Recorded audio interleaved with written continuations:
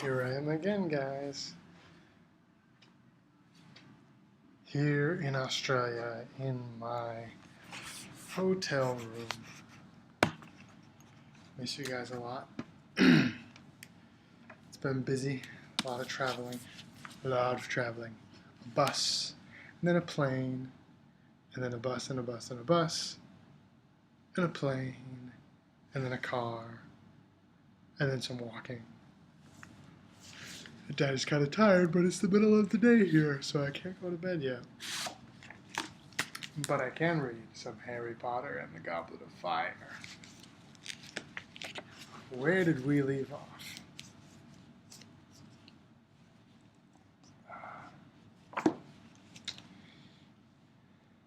Harry, Ron, Seamus, Dean, and Neville changed into their dress robes up in their dormitory, all of them looking very self-conscious, but none as much as Ron, who surveyed himself in the long mirror in the corner with an appalled look on his face.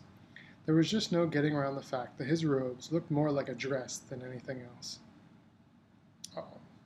In a desperate attempt to make them look more manly, he used a severing charm on the ruffs and cuffs. It worked fairly well, at least now he was lace-free, although he hadn't done a very neat job, and the edges still looked depressingly frayed as the boys set off downstairs. "I still can't work out how you two got the best-looking girls in the year," muttered Dean. "Animal magnetism," said Ron gloomily, pulling stray threads out of his cuffs.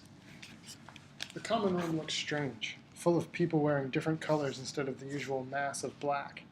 Parvati was waiting for Harry at the foot of the stairs. She looked very pretty indeed, in robes of shocking pink, with her long dark plait braided with gold and gold bracelets glimmering at her wrists. Harry was relieved to see that she wasn't giggling. "You, look nice," he said awkwardly. "Thanks," she said. "Padma's going to meet you in the entrance hall," she added to Ron. "Right," said Ron, looking around. "Where's Hermione?" Parvati shrugged. "Shall we go down then, Harry?" "Okay," said Harry, wishing he could just stay in the common room. Fred winked at Harry as he passed him on the way out of the portrait hall.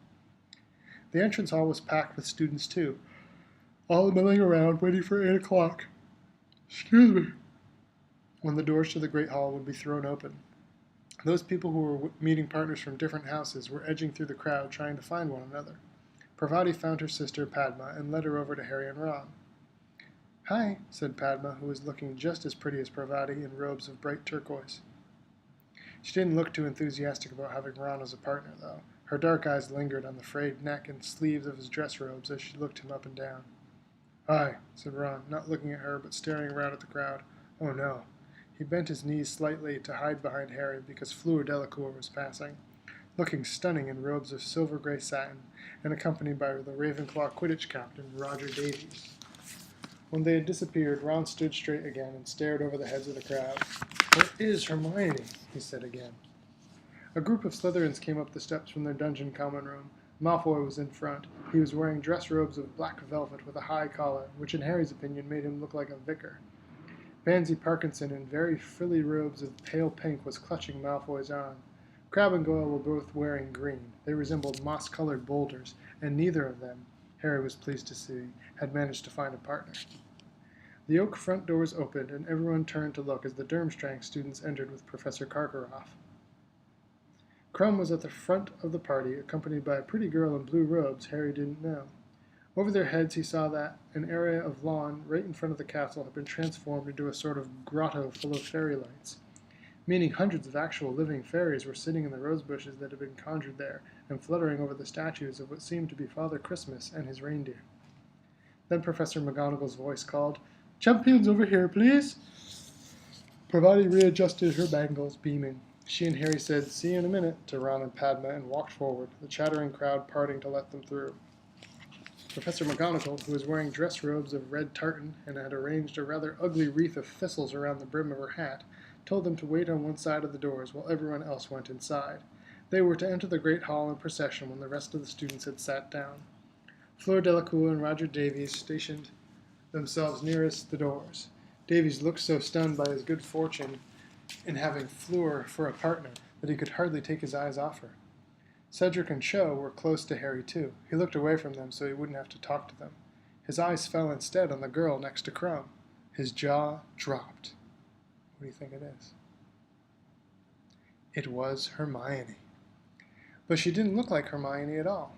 She had done something with her hair. It was no longer bushy, but sleek and shiny, and twisted up into an elegant knot at the back of her head. She was wearing robes made of a floaty periwinkle blue material, and she was holding herself differently somehow. Or maybe it was merely the absence of the 20 or so books she usually had slung over her back. She was also smiling. Rather nervously, it was true, but the reduction in the size of her front teeth was more noticeable than ever. Harry couldn't understand how he hadn't noticed it before. "Hi, Harry," she said. "Hi, Parvati." Parvati was gazing at Hermione in unflattering disbelief. She wasn't the only one either.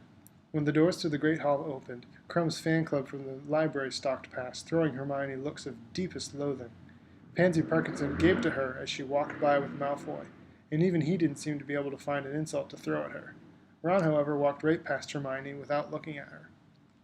Once everyone else was settled in the hall, Professor McGonagall told the champions and their partners to get in line in pairs and to follow her.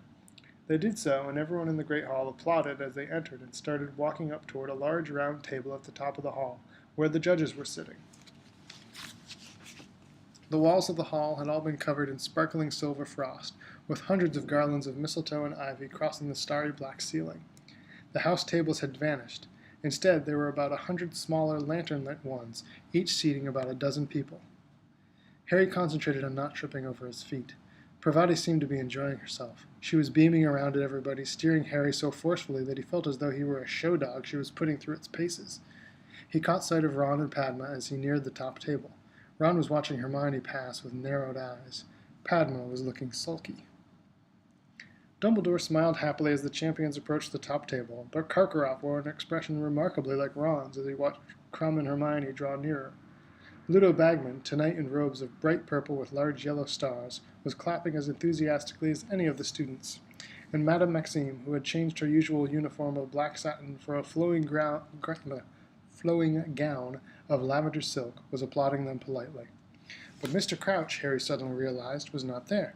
The fifth seat at the table was occupied by Percy Weasley. When the champions and their partners reached the table, Percy drew out the empty chair beside him, stared pointedly at Harry. Harry took the hint and sat down next to Percy, who was wearing a brand new navy blue dress robe with an expression of such smugness that Harry thought it ought to be fined. "I've been promoted," Percy said before Harry could even ask, and from his tone he might have been announcing his election as supreme ruler of the universe.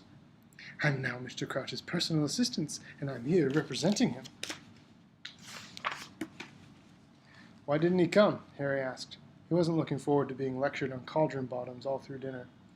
"I'm afraid to say Mr. Crouch isn't well. Not well at all. Hasn't been right since the World Cup. Hardly sprousing. Overwork. He's not as young as he was. Still quite brilliant, of course. The mind remains as great as it ever was. But the World Cup was a fiasco for the whole ministry, and then Mr. Crouch suffered a huge personal shock with the misbehavior of that house elf of his, Blinky or whatever she was called. Naturally, he dismissed her immediately afterward, but, well, as I say, he's getting on, he needs looking after, and I think he's found a definite drop in his home comfort since she left. And then we had the tournament to arrange and the aftermath of the cup to deal with, that revolting Skeeter woman buzzing around. No, poor man, he's having a well-earned, quiet Christmas. I'm just glad he knew he had someone he could rely upon to take his place." Harry wanted very much to ask whether Mr. Crouch had stopped calling Percy Weatherby yet, but resisted the temptation.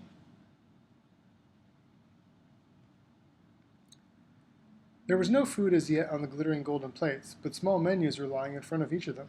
Harry picked his up uncertainly and looked around. There were no waiters.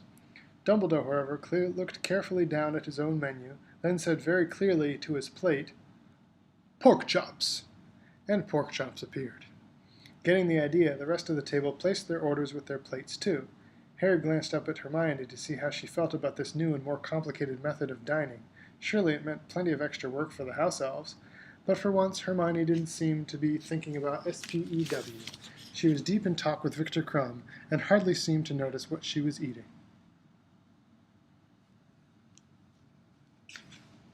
Okay, that's enough for now. I love you guys very much. I'll be doing more tomorrow. I hope you're having fun with Nana and Grandpa and Mommy and your friends. And Isaiah, I hope your last day of school was fun and you got to meet your new teacher. I can't wait to hear about that. Oh, and I hope you're being just as silly as you always are, and that you guys are playing well and having fun. I can't wait to see you again. I can't wait to tell you all about the fun things I saw here in Australia. Love you much. Bye.